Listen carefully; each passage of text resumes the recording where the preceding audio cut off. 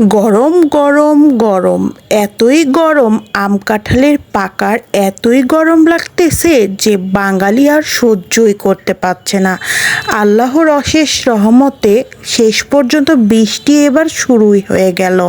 Hello, আসসালামু আলাইকুম everyone, সবাই কেমন আছেন? আশা করি সবাই ভালো আছেন। এই যে বৃষ্টিতে মাছওয়ালারা মাছ বিক্রি করতে আসছিল সকালবেলা এত সুন্দর রোদ, এত সুন্দর আবহাওয়া থাকার পরে হুট করে যেন বৃষ্টি শুরু হয়ে গেল। রাতের বেলাও কিন্তু বৃষ্টি হচ্ছিল, কিন্তু তারপরেও সকালবেলা কিন্তু ওয়েদারটা খুব সুন্দর জোশ ছিল। ঘুম থেকে উঠে দেখলাম যে ভালো ওয়েদার। তো যাই হোক, আমি একটা বাজার থেকে এক বস্তা চাউলের আটা নিয়ে আসছিলাম রোজার এই কুরবানি ঈদের আগে। রোজা বলতেছি, আসলে আসলে মাঝে মধ্যে ভুলেই যায় যে কখন কি করি। তো যাই হোক, তো এখন হচ্ছে আটাটার ভিতরে কেমন যেন লাল লাল পোকা, আর আটাটা থেকে গন্ধ বেরোচ্ছে।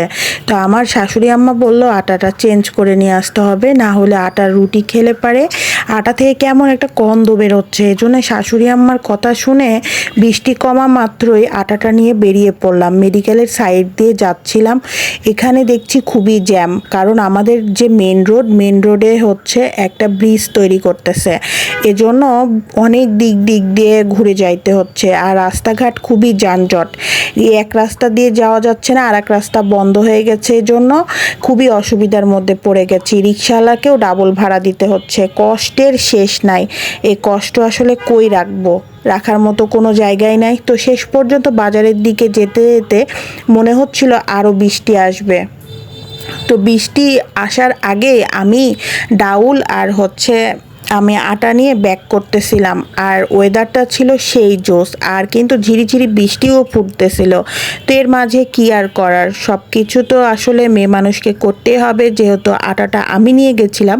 এজন্য শাশুড়ি বেশি কথা শোনাচ্ছিল, কেন আটা নিয়ে আসলো তো এরকম হলো কেন, দেখে নিয়ে আসবে না কেন, কথা, এতগুলো কথা মাথার ভেতর দিয়ে এপার ওপার দিয়ে বেরিয়ে যায়। তারপরেও চেষ্টা করি আসলে কাজগুলোকে সম্পন্ন করার।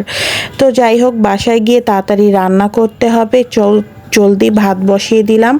এখন প্রেশারে খুব ডিস্টার্ব দিচ্ছে, প্রেশারটা কেন জানি একটু কি যে হয়েছে বুঝতে পারছি না, সিটি উঠতেছে না। এই জন্য হাঁড়িতে চটজলদি ভাত বসায় দিলাম, আলু ভর্তা দিলাম। আলু ভর্তা ছাড়া আবার আমার বাসার কেউ কিচ্ছু খায় না। তো আলু ভর্তা বসায় দিলাম, মাংস রান্না করা আছে কালকের মাংস, আলু ভর্তা দিয়ে খেতে কিন্তু দারুণ লাগবে। আর আমার বাসায় একটা লেস্টি আছে, লেস্টির জন্য নুডলস রান্না করতেই হবে আমাকে।